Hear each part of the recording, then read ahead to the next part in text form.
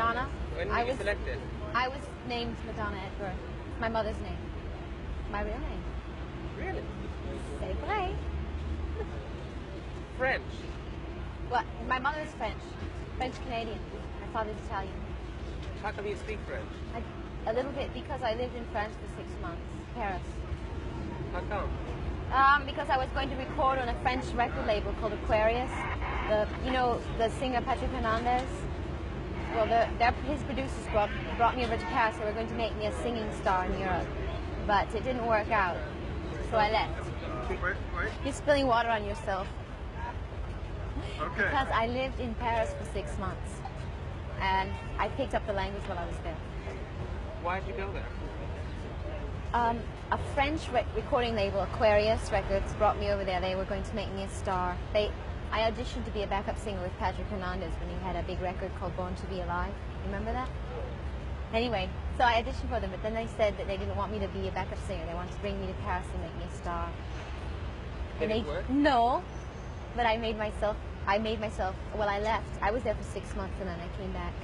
And I was determined to do it for myself. So it helped me. Whereabouts did you stay in Paris? I lived in the Boulevard de Courcelles, across from Parc Monceau. Very chic. Of course. What made you come back? I wanted to, well, because people in Paris aren't in a hurry to get anything done, and I was. That's why. And I hadn't really established myself, my direction yet. They took me when I didn't really know what I was. I didn't want to get stuck in something. I wanted to develop it on my own. How long did that take? To develop it on my own? Ever since I was born. I've been working on it for years. How did you devise your look? What's the Madonna look? You're looking at it. I can't describe it.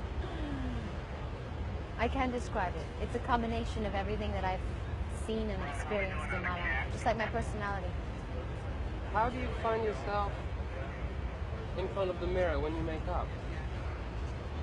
You mean, what do I want to look like? Yeah. What do I try to look like? I like to be as simple and glamorous as possible. How does one achieve that? By being tasteful and highlighting, highlighting the best parts of you, the best features that you have. For instance, my eyes. But I don't need to put very much makeup on my eyes to make them look good. They already look good. So you just accentuate things like that. When you started out, did they try to... Back up, Paulie. When you started out, did they try to force you to... For the movie? No, as a singer. To change my image? Well, for a while everything was okay, but then I got a manager who wanted to fit me into an image, an idea in her mind that she thought I should be. And I tried to fit into that, and after about 1.5 years, it just didn't work, so I changed. I left her and started all over again. That's tired, right? I know. Are you very much a morning person, or are you more of an... Morning meaning sad? Meaning dawn? Oh, yes, I like to get up early. It helps to have insomnia. You're usually awake most of the time. But, Then yes, when I work... Then yeah. you work all the time? Well, I try to keep myself busy. Like, if I can't go to sleep, I try to find constructive things to do with my time. Read and write. Think of new ideas for videos and songs and stuff. You write all the time? Not all the time. No one writes all the time. A lot. If not music, in my journal, my diary. Do you need, like, a quiet place to write? Yeah. Or do you write everywhere on envelopes or what? It depends. Usually I like it quiet. But if it won't be quiet and I have to do it, then I have to do it.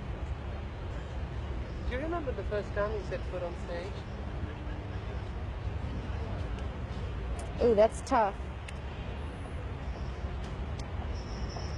I don't know, it had to be some school play when I was a little girl. Christmas show or a talent show. As far back as I can remember, the first show I ever did was in 6th grade. And I painted my body with fluorescent paints, and I put a bikini on, and I put a flashing fluorescent black light in front of me and turned all the lights off and danced in front of it. to a song by The Who. Do you remember the reaction? Yeah, everyone loved it. My father grounded me for a month, punished me afterwards. Do you remember how you felt when the applause came through? I loved it. I lived for it. I drank it. And that's when I felt most comfortable. How was life in Pontiac? And where? In Pontiac. Boring. Dreary. Sometimes it was fun, but I had a lot of problems with my, getting along with my parents and my brothers and sisters. I'm from a big family. And there was a lot of, when I lived in Pontiac, there were a lot of, the race riots were going on. There was a lot of fighting. We lived in a very bad neighborhood. So there was a lot of tension. What do you like in a city? Why do you like Paris? And if you like New York, why do you like New York? Because there's tension. Because there's this is like sort of feeling in the air that everyone's going somewhere and there's a feeling of desperation and a feeling of urgency, a feeling of like being on the edge. It makes you very aware of it. I like that. That's It's New York. inspiring, yes. Yes. What about Paris? Paris is different. Paris is old. Paris is kind of like, New York is new debauchery and Paris is old debauchery. And it's a very beautiful city in a different way. I mean, the buildings are really beautiful in Paris. They're not so beautiful here. It's just the energy that's good here. Yeah, and the grind. Yeah.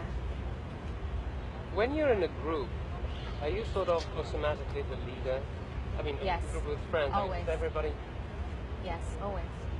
I always want to be in charge, be the boss. Do they follow you immediately? Of course. Thank you. You're welcome.